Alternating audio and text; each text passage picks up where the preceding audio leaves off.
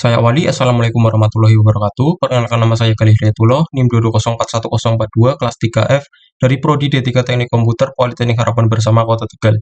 Di sini saya akan mempresentasikan proyek UAS mata kuliah metodologi riset saya, yaitu pembuatan proposal tugas akhir yang berjudul Perancangan Aplikasi Penjualan Furniture Berbasis JavaScript. Di proposal ini, saya akan membahas beberapa materi, yaitu latar belakang, perumusan masalah, batasan masalah, tujuan, manfaat, teori terkait, landasan teori, metodologi penelitian, jadwal kegiatan, dan daftar pustaka.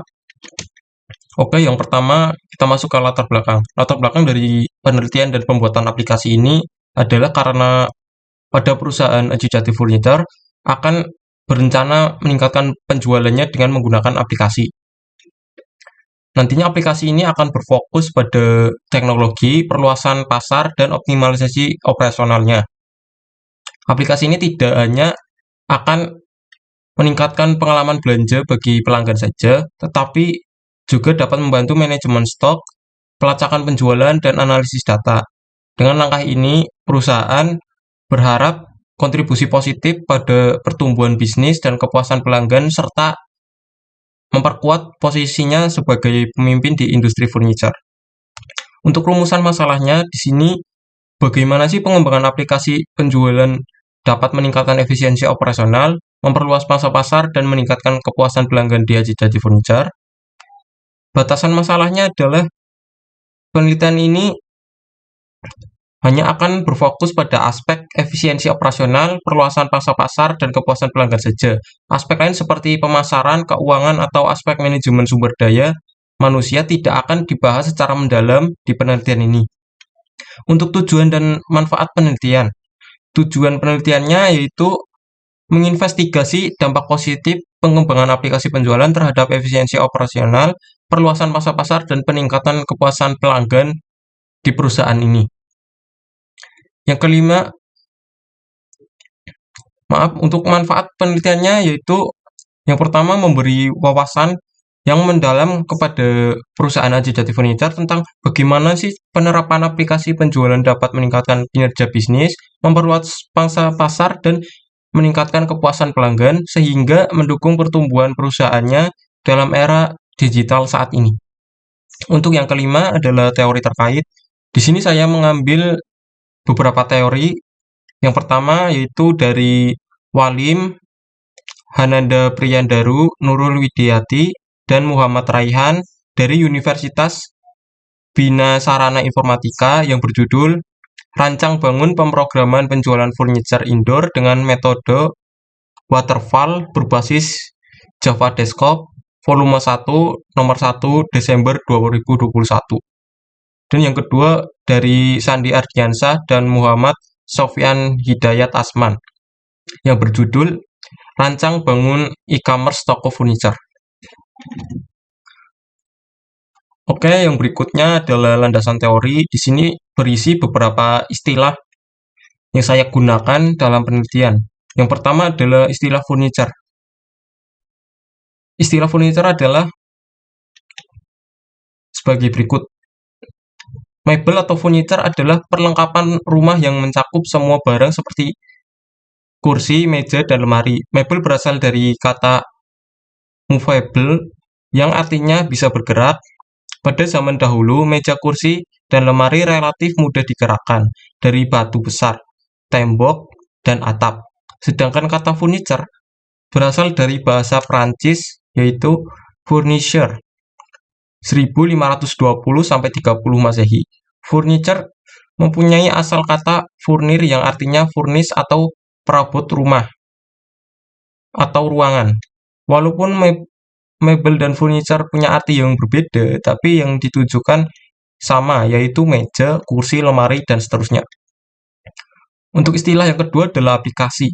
Aplikasi adalah suatu subkelas perangkat lunak komputer yang memanfaatkan komponen komputer langsung untuk melakukan suatu tugas yang diinginkan pengguna. Biasanya dibandingkan dengan perangkat lunak sistem yang mengintegrasikan berbagai kemampuan komputer, tapi kita secara langsung menerapkan kemampuan tersebut untuk mengerjakan suatu tugas yang menguntungkan pengguna. Contoh untuk perangkat lunak aplikasi adalah pengolah kata, lembar kerja, dan pemutar media. Yang ketiga adalah database MySQL. Istilah dari MySQL adalah salah satu jenis database server yang sangat terkenal dan banyak digunakan membangun aplikasi web yang menggunakan database sebagai sumber dan pengolahan datanya. MySQL dikembangkan oleh perusahaan Swedia bernama MySQL AB yang pada saat ini bernama TCX Data Consult AB sekitar tahun 1994 sampai 1995, namun cikal bakal kodenya sudah ada sejak tahun 1979. Yang keempat adalah istilah atau pengertian dari NetBeans IDE. NetBeans IDE adalah lingkungan pengembangan terintegrasi sumber terbuka dan gratis untuk mengembangkan aplikasi pada sistem operasi Windows, macOS, Linux, dan Solaris. IDE menyederhanakan pengembangan aplikasi web, perusahaan, desktop, dan seluler yang menggunakan platform Java dan HTML5. IDE juga menawarkan dukungan untuk pengembangan aplikasi PHP dan C/C++. Untuk yang ketujuh adalah metodologi penelitian.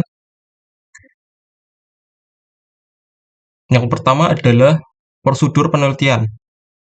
Prosedur penelitian berisi 1. Rencana atau planning. Yang pertama menetapkan tujuan penelitian. Itu tujuan penelitiannya itu adalah meningkatkan efisiensi operasional, perluasan pangsa pasar, dan meningkatkan pengalaman belanja pada pelanggan melalui aplikasi furniture. Selanjutnya, pemilihan metodologi, yaitu memilih metode penelitian yang sesuai, seperti studi kasus atau eksperimen untuk mencapai tujuan penelitian. Yang ketiga adalah menentukan lingkup dan batasan, yaitu mendefinisikan batasan dan lingkup penelitian, termasuk geografis, segmen, pasar, dan aspek-aspek teknis yang akan dicakup. Yang kedua adalah analisis kebutuhan bisnis. Analisis kebutuhan bisnis dari perusahaan vendor yang dapat diatasi melalui pengembangan aplikasi penjualan tersebut. Selanjutnya, analisis SWOT atau melakukan analisis kekuatan, kelemahan, peluang, dan ancaman terkait implementasi aplikasi penjualan dalam konteks bisnis furniture.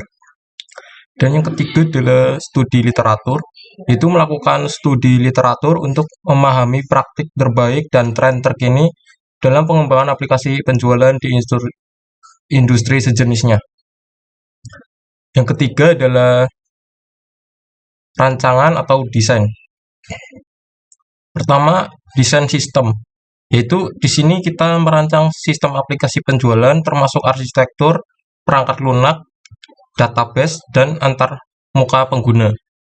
Yang kedua adalah desain antar muka pengguna, UI atau UX, yaitu membuat desain antar muka pengguna yang intuitif dan menarik untuk meningkatkan pengalaman belanja pelanggan.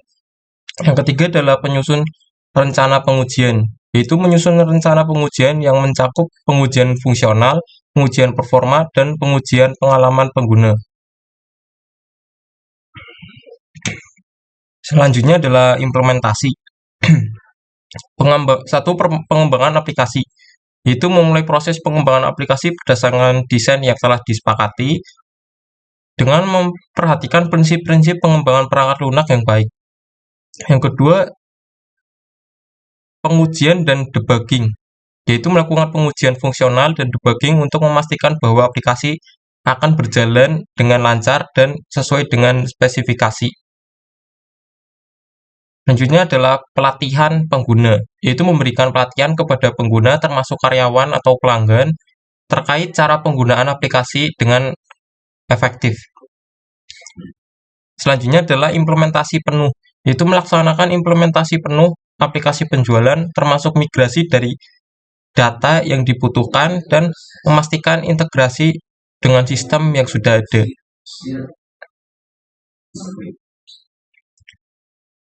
Untuk metode pengumpulan data, di sini saya menggunakan studi literatur. Metode pengumpulan data yang digunakan adalah studi data. Proses ini akan melibatkan review dan analisis terhadap literatur seperti artikel atau jurnal dan dokumen-dokumen terkait yang relevan dengan pengembangan aplikasi penjualan furniture di konteks perusahaan Adijati Furniture ini. Untuk rencana luaran, yang pertama, luaran wajib. 1. Implementasi aplikasi penjualan furniture.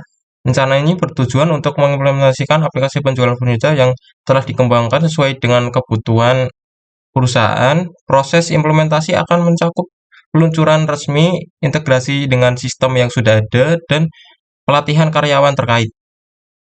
Selanjutnya adalah peningkatan efisiensi operasional. Luaran ini berfokus pada pengukuran dan dokumentasi peningkatan efisiensi operasional yang dihasilkan oleh aplikasi penjualan. Parameter efisiensi seperti waktu pemrosesan pesanan, manajemen stok, dan pelacakan penjualan akan diukur dan dievaluasi. Untuk luaran tambahan, di sini pengembangan fitur tambahan. Jika waktu dan sumber daya memungkinkan, maka pengembangan fitur tambahan pada aplikasi penjualan seperti integrasi dengan media sosial, pilihan personalisasi produk, atau fitur promosi dapat menjadi luaran tambahan. Selanjutnya adalah pelatihan lanjutan karyawan, yaitu mengadakan sesi pelatihan lanjutan untuk karyawan terkait, termasuk pelatihan terkait analisis data dan pemanfaatan fitur-fitur canggih dari aplikasi. Yang ketiga adalah kompensasi. Proyek yang diajukan di Haki dengan kompensasi telah menyelesaikan luaran wajib dan luaran tambahan, maka mahasiswa tidak perlu mengikuti sidang TA dan langsung dikonversi ke nilai tugas akhir. Yang selanjutnya adalah jadwal kegiatan. Jadwal kegiatan kita lakukan selama 3 bulan. Untuk kegiatan penyusunan proposal, kita lakukan di minggu pertama, bulan pertama. Untuk pengumpulan data, kita lakukan di minggu kedua dan ketiga di bulan pertama. Untuk analisis data, kita lakukan di minggu ketiga dan keempat bulan pertama. Perancangan sistem kita lakukan di minggu 1, 2, dan 3 bulan kedua. Pembuatan sistem kita lakukan di minggu kedua, 3, dan keempat bulan kedua, serta minggu pertama bulan ketiga. Dan penyusunan laporan kita lakukan di minggu kedua, ketiga, dan keempat bulan ketiga. Selanjutnya adalah daftar pustaka. Di sini saya lampirkan daftar pustaka. Yang pertama dari Walim Hanandaya Priyandaru, Nurul Widayati, dan Muhammad Raihan dari Universitas Bina Sarana Informatika dengan judul Rancang Bangun Pemrograman Penjualan Furniture Indoor dengan Metode Waterfall berbasis Java Desktop, volume 1 nomor 1 Desember 2021. Dan yang kedua adalah dari Sandi Ardiansyah dan Muhammad Sofyan Hidayat Asman yang berjudul Rancang Bangun E-commerce Toko Furniture. Mungkin cukup sekian saja presentasi dari saya, kurang lebihnya mohon maaf. Assalamualaikum warahmatullahi wabarakatuh.